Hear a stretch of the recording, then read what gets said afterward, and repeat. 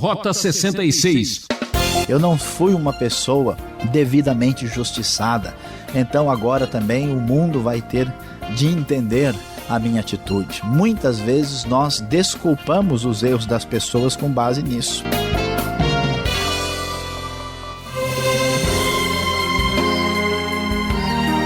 Só estudando a Bíblia aqui no seu programa Rota 66 para descobrir as verdades da vida. Eu sou Beltrão, convidando você a ficar com a gente por alguns minutos. Hoje o professor Luiz Saião nos leva ao capítulo 39 do livro de Gênesis. O tema de hoje é: será que vale a pena ser correto? Já dizia o filósofo, o nosso caráter é o resultado da nossa conduta. Por que será que Deus permite experiências difíceis em nossas vidas? Vamos descobrir juntos. Preste atenção. A Nova Versão Internacional começa a nos contar a história de José agora na sua chegada ao grande país do Egito Antigo, o Egito dos faraós. José havia sido levado para o Egito, onde o egípcio Potifar, oficial do faraó e capitão da guarda, comprou dos ismaelitas que o tinham levado para lá. O Senhor estava com José, de modo que este prosperou e passou a morar na casa do seu senhor egípcio. Quando este percebeu que o Senhor estava com ele e que o fazia prosperar em tudo o que realizava, agradou-se de José e tornou-o administrador de seus bens. Potifar deixou a seu cuidado a sua casa e lhe confiou tudo o que possuía. Desde que o deixou cuidando de sua casa e todos os seus bens, o Senhor abençoou a casa do egípcio por causa de José. A bênção do Senhor estava sobre tudo que Potifar possuía, tanto em casa como no campo. Assim, deixou ele aos cuidados de José tudo o que tinha, e não se preocupava com coisa alguma, exceto com sua própria comida.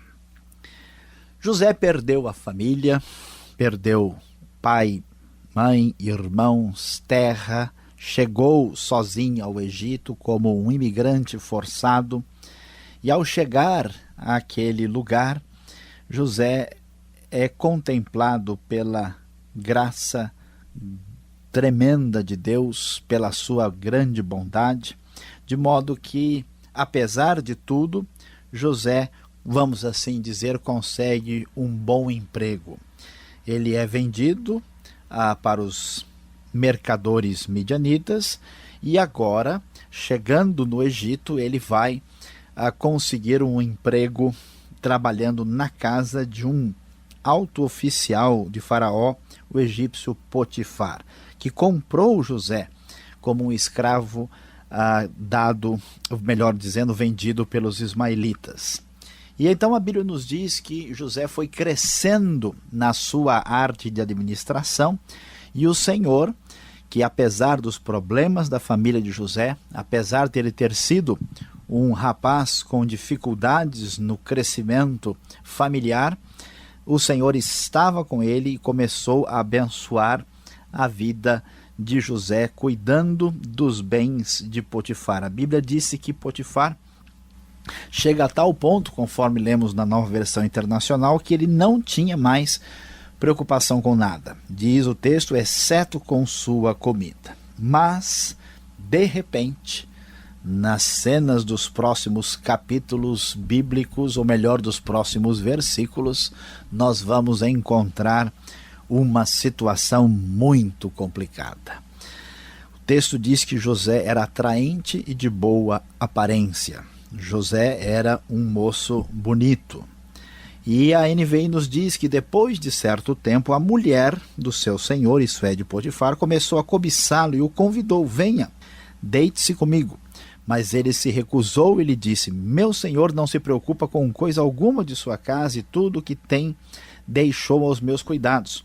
Ninguém desta casa está acima de mim. Ele nada me negou a não ser a senhora, porque é a mulher dele. Como poderia eu então cometer algo tão perverso e pecar contra Deus? Assim, embora ela insistisse com José dia após dia, ele se recusava a deitar-se com ela e evitava ficar perto dela.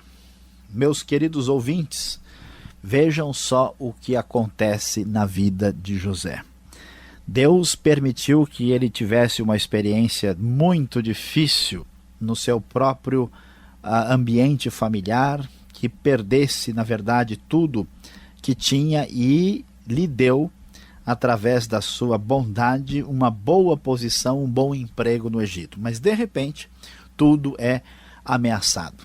Me surpreende muito como José é uma pessoa capaz de ficar com a cabeça bem controlada no momento difícil da sua vida.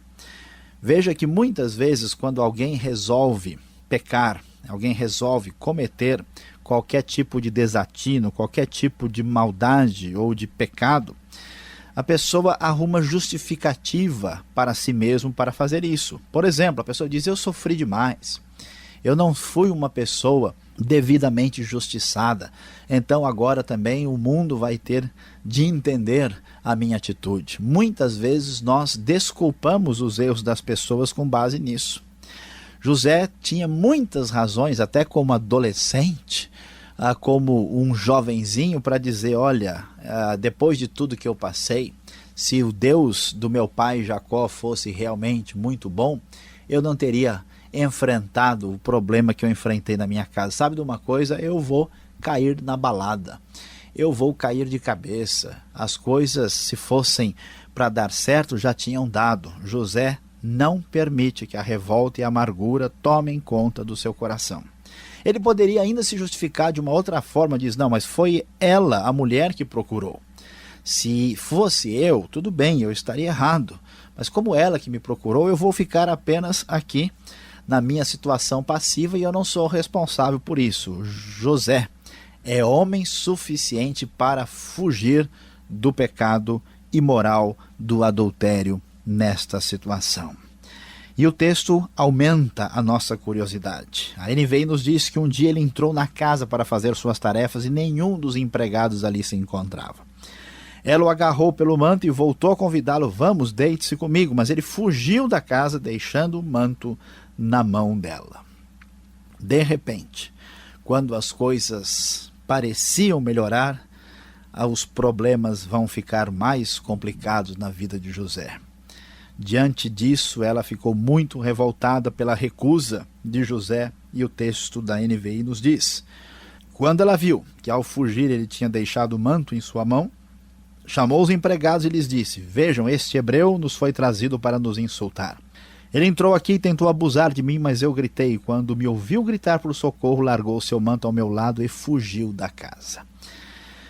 José agora é acusado de tentativa de estupro pela mulher de Potifar. E aí nós vamos fazer a grande pergunta: será que vale a pena ser correto? Olha que momento complicado. José é um jovem, perdeu a sua família, teve dificuldades com seus irmãos, chegou ao Egito e agora que as coisas estão melhorando, ele sofre uma acusação. E essa acusação vai levá-lo preso. José vai parar na cadeia injustamente. O texto nos diz que a história é contada para o marido, para Potifar, que quando ficou sabendo disso, ficou indignado e mandou buscar José e lançou-o na prisão, onde ficavam os prisioneiros do rei.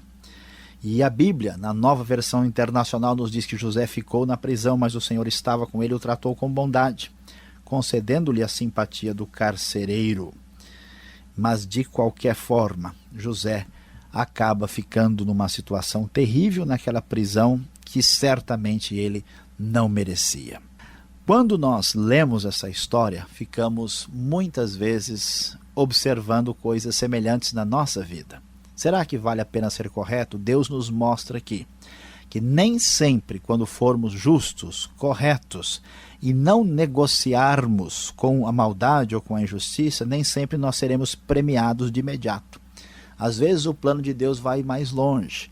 Às vezes Deus quer trabalhar com a sua vida. Então, se você muitas vezes se sentiu injustiçado ou achou que talvez Deus se esqueceu de você, apesar de você ter sofrido para ser correto não desanime, porque certamente Deus sabe o que está fazendo e Ele vai, no futuro, fazer você entender a razão desta situação na sua vida.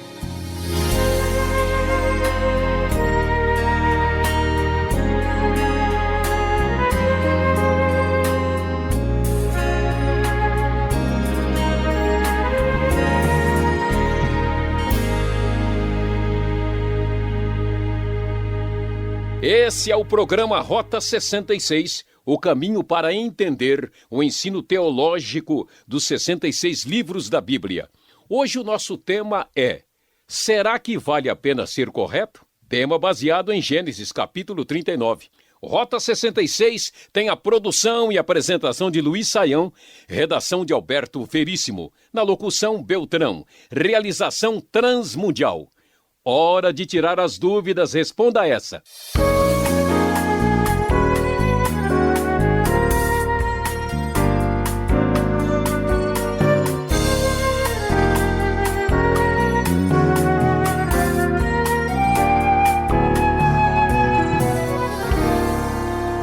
Muito bem, Saião, chegando aqui com as perguntas, e os nossos ouvintes, aquele que está estudando o livro de Gênesis, está preparado para ouvir algumas explicações. E eu já começo curioso. O Egito, que agora aparece no final do livro de Gênesis, parece um Egito diferente. O Egito de José. Temos algumas informações, podemos visualizar melhor que Egito é esse que estamos encontrando agora?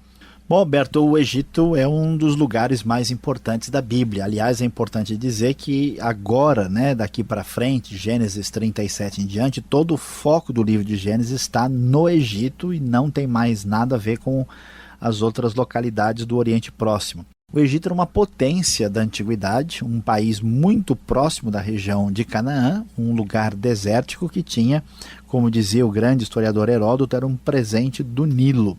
E o Egito era uma sociedade mais sofisticada, eles entendiam que o faraó era uma espécie de rei divino, eles adoravam muitos deuses, eram politeístas e adoravam animais como deuses, construíram as famosas pirâmides e já tinham uma civilização muito sofisticada, até mesmo assim para muitas povos que surgiram muito tempo depois. Então vamos dizer, o Egito era um lugar assim avançado, se a gente quisesse fazer uma comparação, é como alguém hoje ir para a Suíça ou Alemanha, sei lá, alguma coisa desse tipo, era considerado um lugar muito mais avançado, e José vai para uma sociedade mais sofisticada e mais complexa do que a sua.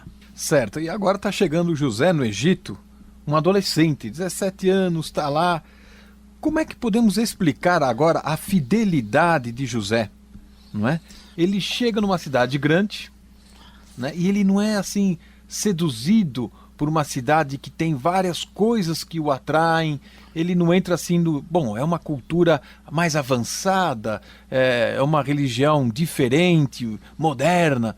Ele não poderia, como um garoto, falar assim: poxa, o que eu aprendi é coisa lá do interior, lá dos antigos. Puxa, eu vou viver agora, a nova.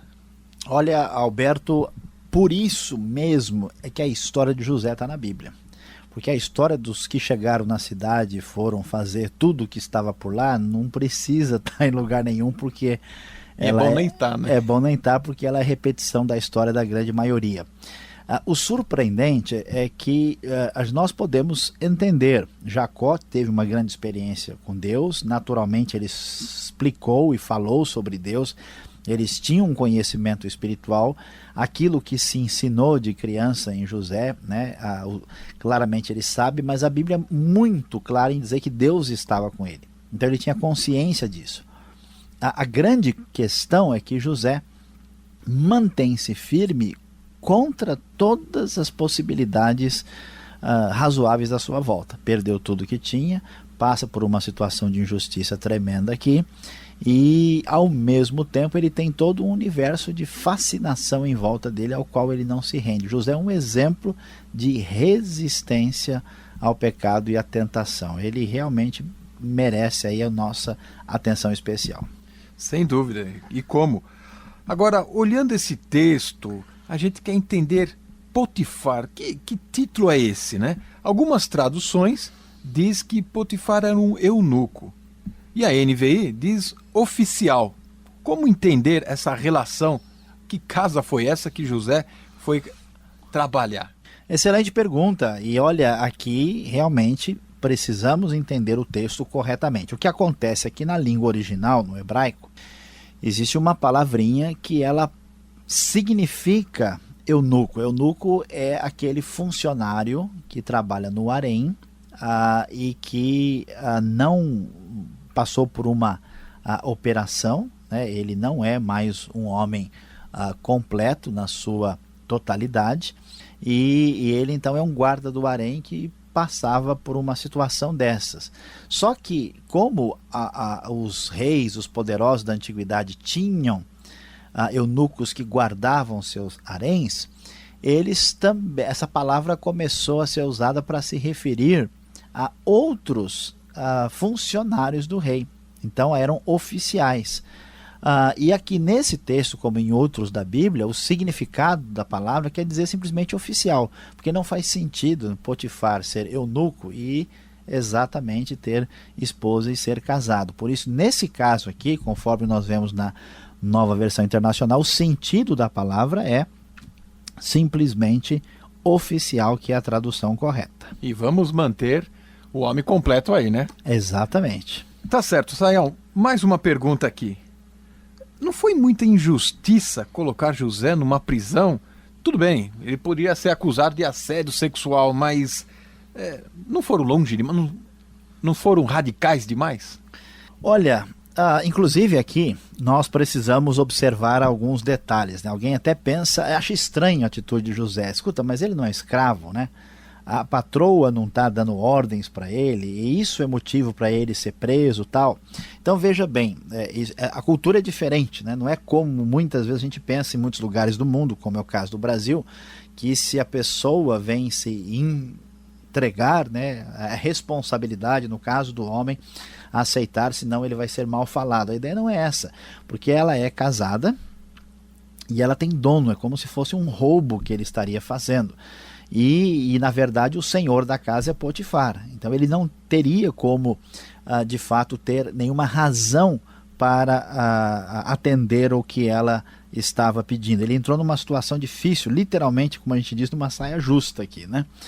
Agora, o problema é que a legislação do Egito, na época, ela previa pena de morte para quem fizesse isso. Pensa bem, né? Um funcionário do palácio, um alto executivo. É como se hoje nós tivéssemos lá alguém tentando agir de maneira perigosa, né? Ou tentar estuprar a mulher de um deputado. Um sujeito simples, ignorante, analfabeto. O que aconteceria com ele? José é um escravo que tenta se aproximar da mulher. Ele deveria ser morto. Bom, na época era um Zé Ninguém, né? Exatamente, era um Zé Ninguém, né? Não tinha nenhum tipo de projeção. A questão é o fato de Potifar ter colocado ele na prisão, ali onde ficavam os presos do rei, na verdade foi uma pena mínima. O que deveria ter acontecido era muito pior. Sugere que, no fundo, Potifar foi mais tentar resolver a situação socialmente do que desconfiar mesmo de José. Aparentemente ele não deu toda a confiança para a sua mulher, que realmente não era uma pessoa que merecesse confiança, não. Eu acho que ele sabia o que tinha em casa, né? Exatamente. E o bom de tudo é que José é um homem que pensa nas consequências, né? Sayão, quem é honesto é bobo. Parece que estamos vendo isso pular no texto. A história não comprova tudo isso aqui no caso de José? Pois é, aparentemente sim, né? A gente lê e vê que o José obedeceu a Deus, seguiu os parâmetros de Deus, não aceitou a revolta do coração, e agora o que acontece com ele é parar na cadeia. Quando nós olhamos no começo, isso parece ser assim, mas Deus certamente vai honrar a vida de uma pessoa que age corretamente, porque a questão que deve ser levantada por nós não é por quê, mas qual é a finalidade disso. Deus permite que você sofra, que você passe por injustiças, porque na verdade ele está fazendo com você o que ele fez com José. Ele está trabalhando na sua vida para preparar você mais para frente para aquilo que ele vai colocar nas suas mãos. Por isso, nunca desista. Não adianta pensar, não, todo mundo faz, eu não vou me preocupar com isso. Por que só eu vou ser diferente? Seja diferente. Mais uma pergunta então, Sayão, para terminar e fecharmos aqui este bloco. Se Deus estava com José, como entender esta oscilação, esse sobe e desce na vida de José? Não é? É uma montanha russa, uma montanha egípcia, né? Como é que fica esta situação na vida de José?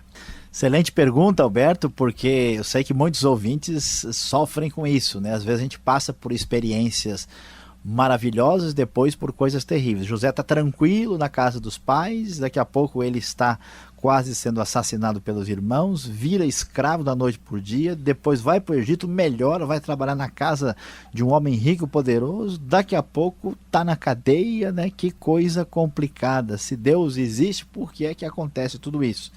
Na verdade, Deus existe e sabe o que está fazendo, né? Deus permite estas situações na vida da gente como uma espécie de treinamento. É igual quando a pessoa vai para o exército ou ele vai para um determinado treinamento na área acadêmica, ele é obrigado a passar, você tem que ir quente, frio, né? Difícil, complicado. Essas experiências que Deus nos dá na sua bondade, que não são gostosas, mas são importantes, né?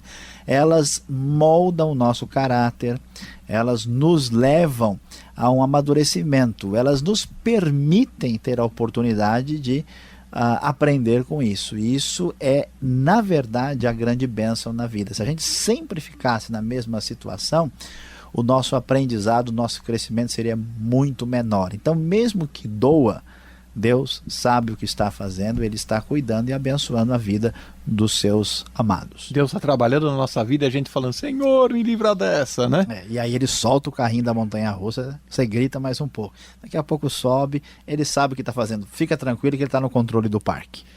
Muito bem, muito obrigado, Sayão, pela explicação. E eu convido você agora, que gostou desse estudo e quer aprender um pouco mais na sua vida, a acompanhar a aplicação desse estudo.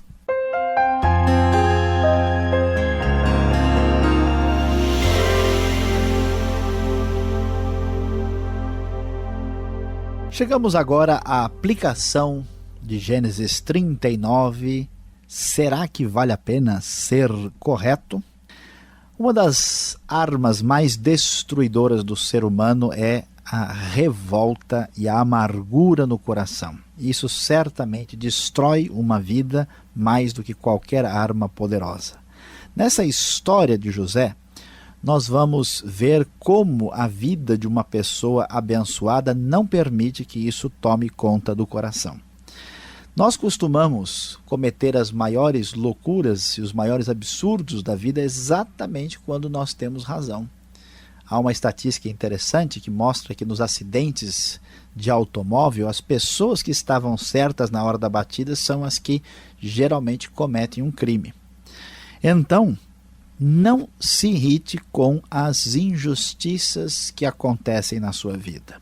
Muitas vezes nós ficamos aborrecidos, ficamos com muito ódio, achando, não é possível, eu vou resolver isso onde já se viu, e a pessoa então faz um desatino, uma loucura. Lembre-se, por trás de uma situação dessa, Deus está em ação. Ao mesmo tempo em que José sofria acusações injustas, a Bíblia nos diz aqui, conforme lemos, que Deus estava com José. Mesmo que a sua situação seja difícil, Deus é o juiz, Deus vai abençoar a sua vida. Não permita que as injustiças deixem o seu coração irritado e cheio de ódio. E que Deus abençoe você.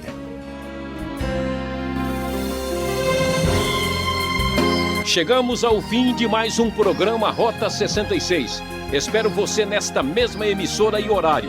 Mais informação pelo site www.transmundial.com.br. Fique na paz.